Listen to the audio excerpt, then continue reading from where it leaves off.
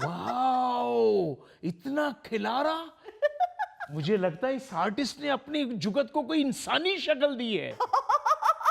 ओ भाई, कमाल करते हो।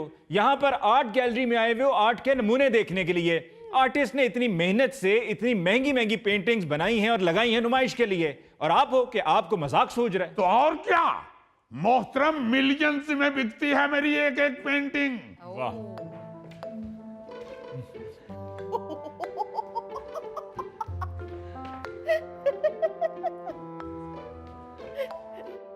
चाचा जी, मैनू कोई 500 रुपए की पेंटिंग मिल सकती है?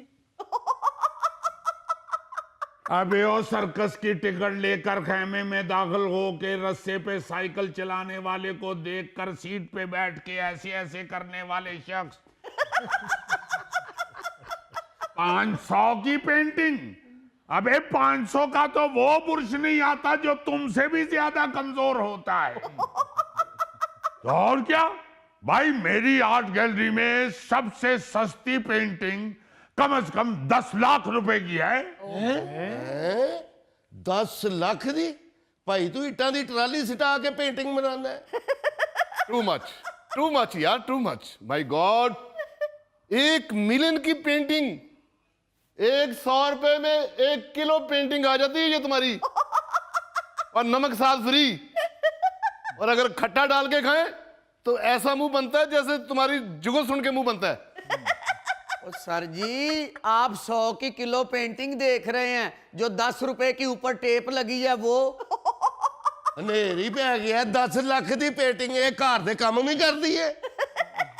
ਇਹਨਾਂ ਦਾ 4 ਲੱਖ ਦਾ ਰਿਪੋਰਟ ਲਿਆਂਦਾ ਹੋਵੇ ਤੇ ਨਾਲ ਘੁੱਟਦਾ ਵੀ ਏ। भाई मुझे तो आपकी 10 लाख की ये वाली पेंटिंग मंजूर है। इसको उठाने के लिए मैं जरा पिकअप ले आऊं। अब पिकअप बगैर छत तो लेके आए, किते पेंटिंग दे साह ना घुट दें। ਦੁਆ ਕਰ ਹੈ ਤੈਨੂੰ ਲੈ ਜਾਵੇ ਤੇ ਜਾ ਕੇ ਕਿਚਨ ਦੀ ਦੀਵਾਰ ਨਾਲ ਲਾ ਲਵੇ, ਤੇ ਤੂੰ ਉੱਠ ਕੇ ਰਾਤ ਨੂੰ ਇਹਨਾਂ ਦੀਆਂ ਸਾਰੀਆਂ ਫਰਿੱਜਾਂ ਖਾਲੀ ਕਰ ਦੇਣੀਆਂ। भाई जी, दवा फिर इस पेंटिंग दे 10 रुपये। अबे एक बात कान खोल के सुन ले कमबख्त, 25 लाख से कम मैं एक पैसा नहीं लूंगा इस पेंटिंग का। बहुत अच्छे। जे तू नाल काला नमक देगा फिर तो 30 लाख मंगेगा। ਓਏ ਇੱਥੇ ਇੱਕ ਇੱਕ ਅਮਰੂਦ 25 ਲੱਖ ਰੁਪਏ ਦਾ ਵਿਕਣ ਡਿਆ। ਸਾਡੇ ਘਰ ਤੇ ਅਮਰੂਦਾਂ ਦਾ ਦਰਖਤ ਲਗਾ ਹੈ, ਮੈਂ ਆਪਣਾ ਜਾ ਕੇ ਕਰੋੜਾਂ ਰੁਪਈਆ ਸਾਮਾ। ਚਾਚਾ ਜੀ, ਇੱਕ ਅਮਰੂਦ 25 ਲੱਖ ਦਾ ਹੈ, ਮੈਂ ਤਾਂ ਸਵੇਰੇ 1 ਕਰੋੜ ਖਾ ਕੇ ਆਇਆ। लै भाई अपना 1.25 करोड़ पूरा कर। मैं देख रहे हो अली मुमताज साहब, की तमाशा लाया है इस भाई ने। भाई, इस तरह का वाकया पहले भी हो चुका है। इटली में आर्टिस्ट ने नुमाइश लगाई हुई थी और एक कैनवस पर केला चिपकाया हुआ था। वहां पर चंद स्टूडेंट्स आए नुमाइश अटेंड करने। उनमें से एक लड़के ने वो केला उतार के खा लिया। लो, और आपको मालूम है कि उस कैनवस पर जिस पर केला चिपका हुआ था, उसकी कीमत कितनी लिखी हुई थी? $1,60,000। ओए, मेरा $1,60,000 का अमरूद खा गया। इस भाई की पेंटिंग हो रही बिकनी है कि नहीं? महंगाई बहुत कराएगा ये। ओ यार, उस बेचारे को तो कोई देखो, कोई अस्पताल ले जाओ। आप फिक्र ना करें अली साहब, ये अस्पताल नहीं जाएगा, ये मेरे साथ जाएगा। मैं FBI की तरफ से आया था और यही देखने आया था कि ये कितने पैसे कमा रहे हैं। उठो मिस्टर, चलो आगे लगो। नाज़रीन, इसके साथ ही हम लेते हैं एक ब्रेक। मिलते हैं ब्रेक के बाद। शेक्सपियर ने कहा है, निम्मा डर दी रब रब कर दी ते लोकी कहंदे छुई मुई छुई मुई छुई। नाज़रीन, पेश खिदमत है आज का खबरनामा। ख़वातीनो हजरात, नए साल के साथ साथ नई उमंगों, नई उम्मीदों और नई पेशीन गोइयों का भी सिलसिला शुरू हो जाता है। जी बिल्कुल। और ये जो पेशीन गोइयां होती हैं, ये बीच में अक्सर नहीं पूरी होती हैं और कभी कभी पूरी हो भी जाती हैं। हाँ जी। और जिस भी नजूमी की पेश गोई पूरी हो जाए, यानी पेशीन गोई पूरी हो जाए, जी। तो उस हवाले से शेक्सपियर ने कहा है, निम्मा डर दी रब रब कर दी ते लोकी कहंदे छुई मुई छुई मुई छुई मुई। जेम्स बॉन्ड, ये छुई मुई इंग्लिश का लफ्ज है? यस। इसके स्पेलिंग क्या है?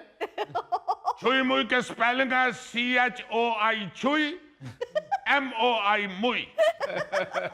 और अगर आपने छुई मुई की शक्ल देखनी हो तो दोनों ही छुई भी और मुई भी आपके दरमियान बैठी हुई हैं। और यार अगर तुम्हें सहाफी मान लेते हैं ना तो खबर सुनाया करो, ये फजूल बातें नहीं किया करो। इसे सिर्फ इस बात का गुस्सा है कि मैं भी सहाफी हूं, मुझे ढोलकी बजानी क्यों नहीं आती। नायरीन, इससे पहले के सची मुची का सहाफी मुझे निकाल दे, मैं खबर पेश कर रहा जी। नायरीन, ये जो पेश गोइयां होती हैं उसी सिलसिले की एक कड़ी पेश कर रहा हूं। बल्गारिया की मारूफ नाबीना नजूमी बाबा वांगा की 2026 के लिए की गई पेश गोइयां एक बार फिर आलमी तवज्जो का मरकज बन गई। सबसे खौफनाक पेश गोइयों में 2026 में मुमकिना तीसरी आलमी जंग का इम्कान भी शामिल है। अल्लाह ना करे, अल्लाह ना करे, अल्लाह ना करे। लेकिन जेम्स बॉन्ड जी, ये अम्मा होरी तो कब की दुनिया से कूच कर गई हैं। बेशक कूच कर गई हुई है, मगर उनका जो ज्योतिषी हाउस है वो तो नहीं ना बंद हुआ।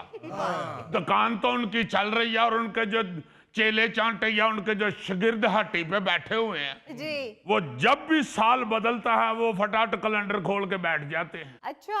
इसीलिए फिर सोशल मीडिया पर बाबा वांगा की पेशगोइयां लोग ऐसे शेयर कर रहे होते हैं जैसे वो उनकी मरहूमा फूफी लगती थी और उनके कान में सारी बातें बताकर दुनिया से रुखसत हुई है।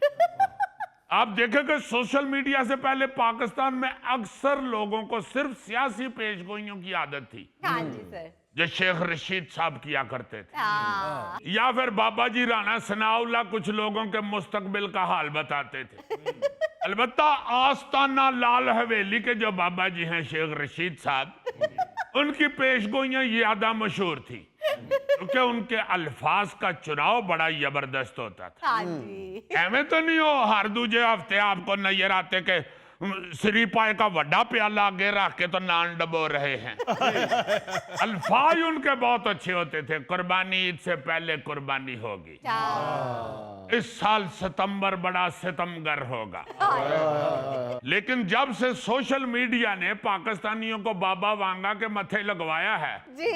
उसके बाद बाबे शेख रशीद और बाबे राणा सनाउल्लाह की हट्टी बंद हो गई। जेम्स बॉन्ड, एक बात तो बताओ, पूछो पूछो। ये बाबा वांगा छांगा मांगा की कुछ लगती थी? की करना जी अपने दानिश्वर ओ भाई जी, बाबा वांगा पाकिस्तान की नहीं थी, बल्गारिया की थी। ये मुअन्नस सी लो, मैं क्या को बाबा होएगा मुछा नु वट दे के बैठा होएगा। ओ यार उनका नाम था मारों का बाबा वांगा। ਤੁਸੀਂ ਨਹੀਂ ਵੇਖੀ ਹੋਈ ਇਹ ਗੋਗੇ ਦੇ ਉੱਤੇ ਇਹਨਾਂ ਨਾਲ ਸਕਾਫ ਦੇ ਕੇ ਇਹਦੀਆਂ ਅੱਖਾਂ ਬੰਦ ਕਰਾਓ, ਉਹਦਾ ਵੱਡਾ ਮੁੰਡਾ